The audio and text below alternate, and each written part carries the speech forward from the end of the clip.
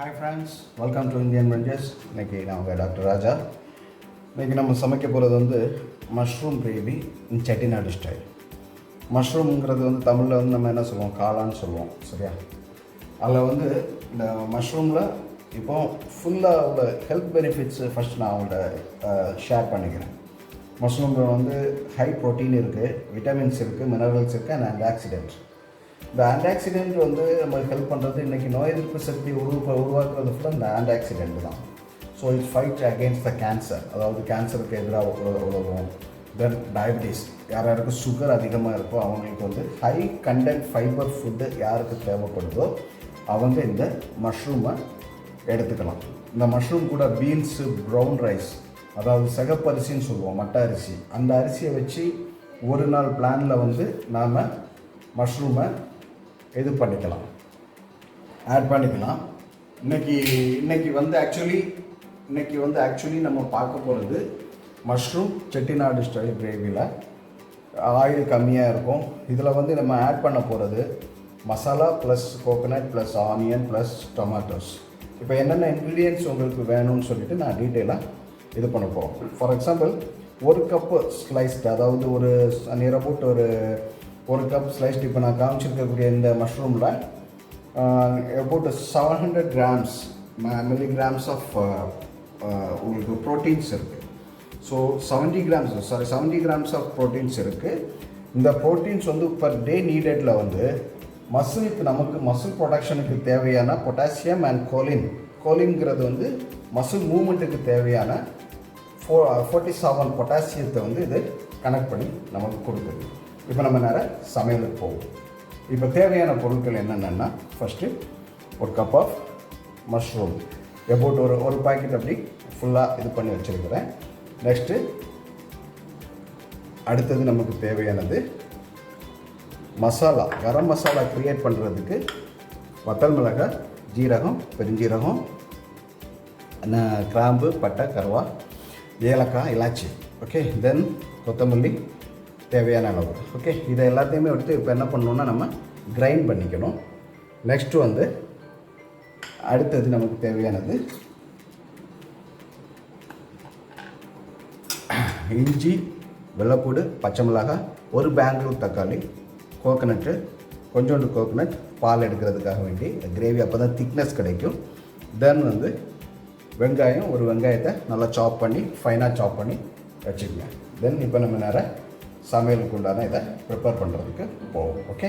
வாங்க.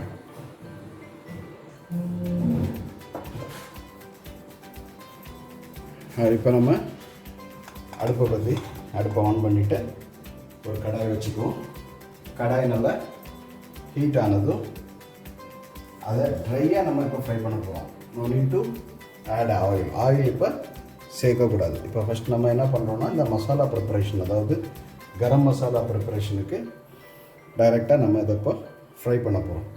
ஏன் இது இப்போ நம்ம டைரெக்டாக ஆயில் இல்லாமல் டைரெக்டாக ஃப்ரை பண்ணணும்னா, கரம் மசாலா ஒரு ஸ்மெல்லி டேஸ்ட்டு வரணும்னா, ஸ்மெல்லி அந்த என்ன சொல்கிறது, ஒரு நல்ல ஒரு வாசனையான ஒரு இது அந்த குழம்புல உங்களுக்கு அந்த கிரேவியில் வரணும்னா இந்த மாதிரி அதை ஹீட்டாக ட்ரையாக வதக்கியிருந்தான்னா நல்லா வரும், ஓகேங்களா.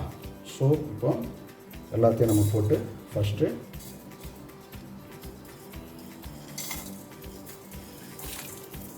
எல்லாத்தையும் போட்டு இப்போ நம்ம ஃப்ரை பண்ணுவோம்.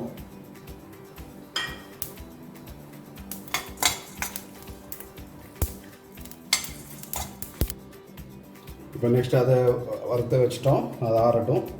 நெக்ஸ்ட் நம்ம இப்போ பண்ண போகிறது, இந்த கோகனட்டை நல்லா திருகி தேங்காவை பொன்னிறமாக வதக்கணும். நல்லா ப்ரௌனிஷ் கலர் வர்ற வரைக்கும் லைட்டாக வதக்கிடணும். இப்போ அதாவது மேக்ஸிமம் இந்த மாதிரி வதக்கக்கூடிய டைமில் ஒரு ட்ராபேக் என்னென்னா, நல்ல புகை ரொம்ப அதிகமாக வரும். பிகாஸ் நம்ம ட்ரையாக வதக்கிறதுனால, அதுவும் பாத்திரம் சில்வர் பாத்திரமாக இருந்தாலும் சரி, காப்பராக இருந்தாலும் சரி, புகை கொஞ்சம் அதிகமாக வரும். ஸோ சின்ன பிள்ளைங்களையும் ஆஸ்மாட்டிக் பேஷண்ட்டு இந்த மாதிரி இருக்கிறவங்கள பக்கத்தில் வச்சுட்டு இதை வதக்காதீங்க. சிம்லி இருக்கிறவங்க சிம்லி யூஸ் பண்ணிக்கலாம். வதக்குறவங்க மெயினாக ஜன்னல்லாம் திறந்து வச்சுட்டு வதக்குறது ரொம்ப பெஸ்ட்டு. ஓகே, இப்போ மைல்டாக நல்லா ப்ரௌனிஷில் வந்துருச்சு. நெக்ஸ்ட்டு இது ரெண்டையும் வந்து கிரைண்ட் பண்ண போகிறோம். முறைங்க எனக்கே தொண்டை பிடிக்குது பார்த்தீங்களா. ஓகே, கிரைண்ட் பண்ண போகிறோம். ரைட், போகலாம். ஓகே, இப்போ நம்ம நெக்ஸ்ட் என்ன பண்ணுறோம்னா கடாயை வச்சுட்டு ஆயில் சேர்த்துக்குவோம். இது எதுக்காக வேண்டினா இந்த வெங்காயம் தக்காளி கட் பண்ணி வச்சுருக்கிறோம் இல்லையா, அதை வந்து வதக்கிறதுக்காக வேண்டி இப்போ பண்ணுறோம். ஃபஸ்ட்டு எப்போவுமே வந்து ஒரு இது விஷயம் சமைக்கும்போது ஒன்று நல்லா ஒன்று புரிஞ்சுக்குவோம். ஆயில் ஊற்றிட்டு நம்ம கடுகு போட்டு இது பண்ணுவோம், தாளிப்போம், கடுகு கருவேப்பிலை போட்டு. இந்த மாதிரி இப்போ அரைக்கிறதுக்கு முன்னாடியும் வந்து கொஞ்சோண்டு கருவேப்பிலையை ஃபஸ்ட்டு போட்டுருங்க. இது எதுக்காக இப்படி கருவேப்பிலை ஒன்று மிக்ஸ் பண்ணுறேன்னா, இந்த நம்ம வீட்டில் உள்ள பிள்ளைங்க என்ன பண்ணுவாங்கன்னா கருவேப்பிலையை மட்டும் கரெக்டாக எடுத்து வச்சுட்டு, நார்மலாக பிள்ளைங்கன்னு மட்டும் இல்லை எடுத்து வச்சுட்டு சாப்பிடுவாங்க. கருவேப்பிலையில் வந்து கண்டென்ட் அயன் நல்லா இருக்குது, ப்ளஸ் விட்டமின் ஏ இருக்குது. குழந்தைகளுக்கு கண்ணுக்கு இது நல்ல இதாக இருக்குது. அதேமாதிரி முடி கருகருன்னு வளர்கிறதுக்கு கருவேப்பிலை வந்து முன்னாடியெல்லாம் எண்ணெயில் ஆயிலில் போட்டு காய்ச்சுவாங்க. முன்னாடி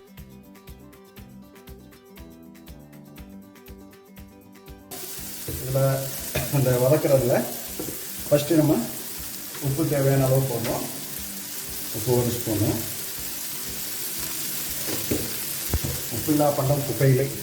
உப்பை நம்ம லிமிட்டடாக போட்டுட்டு கம்மியாக இருந்துச்சுன்னா கூட அப்புறம் ஆட் பண்ணிக்கலாம். சரி, நிறைய பேருக்கு உப்பு அளவு சரியாக வராது. ஏன்னா எப்போவுமே வந்து நம்ம ஃபுட்டில் எப்போவுமே கொஞ்சம் எல்லா ஃபுட்லேயுமே வந்து நேச்சுரல் சோடியம் இருக்கும். ஸோ அதுவே மேக்ஸிமம் டாலரேட் பண்ணிக்கும். தேவையான அளவு உரப்புக்கு தேவையான அளவு கொஞ்சோண்டு மிளகாய், காஷ்மீரி சில்லி, தென் 1 ஸ்பூனு மல்லிப்பொடி, 1.5 ஸ்பூன் போட்டுக்கலாம். மல்லிப்பொடி எப்போவுமே வந்து கான்சன்ட்ரேஷன் பார்த்திங்கன்னா அந்த கால்குலேஷன் 1:2. ஒரு ஸ்பூன் வந்து நீங்கள் மிளகாப்பொடி போட்டிங்கன்னா 2 ஸ்பூனு மல்லிப்பொடி எப்போவுமே போட்டுக்கலாம். தென் பெப்பர் வந்து லைட்டாக ஆட் பண்ணிக்கலாம்.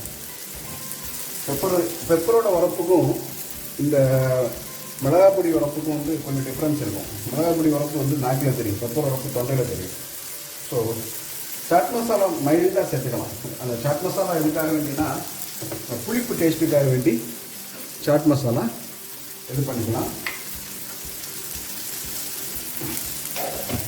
தென் மஞ்சள் பொடி போட்டு தேவையான அளவு மஞ்சள் பொடி, லைட்டாக மஞ்சள் பொடிலாம் ஒரு ஆன்டிசெப்டிக், டர்மரிக், நோய் எதிர்ப்பு சக்தி நல்லாயிருக்கும்.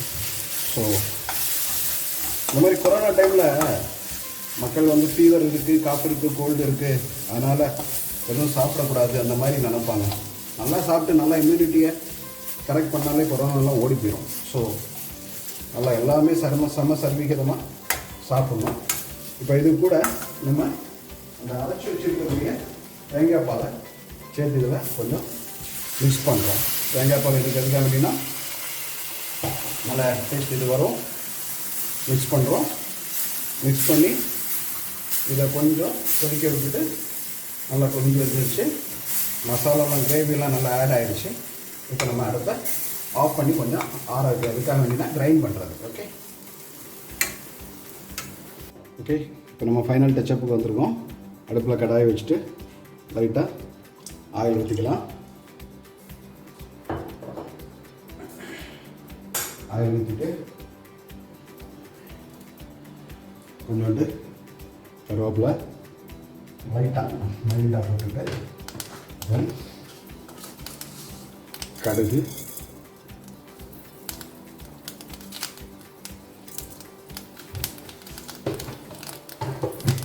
ஒரு காமிச்சிட்டு நம்ம இந்த அரைச்சி வச்சுருக்கக்கூடிய கிரேவி அரைச்சோம் இல்லையா, அந்த கிரேவி இப்போ இதில் மிக்ஸ் பண்ண போகிறோம்.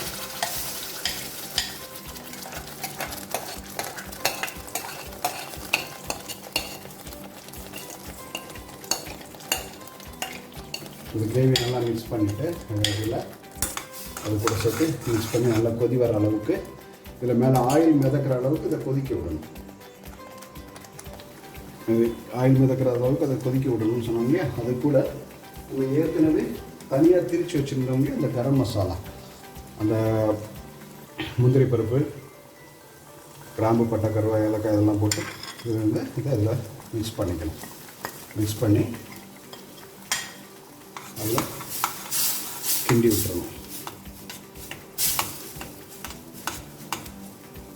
நல்லபடியாக கிண்டி விட்டுட்டு அதுக்கப்புறம் ஒரு கொதி வர்ற அளவுக்கு கிண்டி விடணும். கொதி வர அளவுக்கு வெயிட் பண்ணணும். அந்த இதில் ஆக்சுவலி இந்த பால், தேங்காய் பால், இந்த எண்ணெய் எல்லாம் மேலே மிதக்க ஆரம்பிச்சிருச்சு. இது நல்லா இன்னும் கொஞ்சம் கொதிக்கணும். ஸோ வெயிட் பண்ணுவோம்.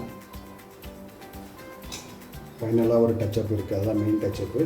டெய்லி நம்ம வீட்டில் பண்ணுறது தான். ஆக்சுவலி பால் க்ரீம் இது பண்ணுறது, அது பால் க்ரீமை உள்ளே போடக்கூடிய டைமில் அதை எப்படி ப்ரிப்பேர் பண்ணுறதுன்னு சொல்கிறேன்.